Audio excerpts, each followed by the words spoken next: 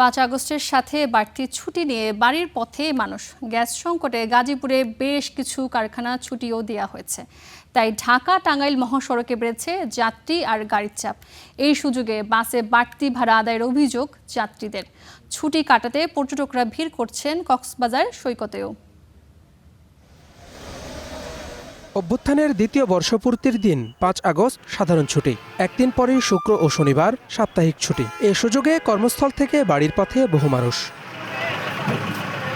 যাত্রীর চাপে গণপরিবহন সংকট ঢাকা টাঙ্গাইল মহাসড়কে। এই সুযোগে বাড়তি ভাড়া আদায়ের অভিযোগ যাত্রীদের। ভাড়া হলে 150 চাইতেছে, 500 400 নিতেছে না। এনাগর বেতন নাই কে কর্জ করে নিয়ে আইছি 300 টাকা। নিব 400 টাকা। অনেকক্ষণ ধরে দাঁড়ায় আছি, গাড়ি পাচ্ছি না। গাড়ি ভাড়া চাইতেছে 400 টাকা করে। আমরা জামালপুর যাই, ভাড়া হলে 200 টাকা করে, 400 টাকা করে ভাড়া চাইতেছে। বৃষ্টি, যানবাহন সংকট সহ নানা ভোগান্তি সত্ত্বেও প্রিয়জনদের সাথে সময় কাটাতে হাসি মুখেই ছুটছেন তারা। সব ফ্যাক্টরি 3 দিন ছুটি দেয় না, এখন হয়তো একদিন দিয়ে থাকে। আমরা 3 দিন দিচ্ছে, এটা অনেক আমাদের ভালো পরিবার নিয়ে আমরা ঘুরতে যাইতেছি। 3 দিনের ছুটি পাইতেছি, বাড়িতে যাইতেছি। এদিকে টানা ছুটির সুযোগে পর্যটকরা ভিড় করছেন কক্সবাজার সৈকতে। পর্যটন মৌসুম না হলেও বর্ষা উপভোগ করতে ভিড় করছেন অনেকে। Hasibur Rahman, star news.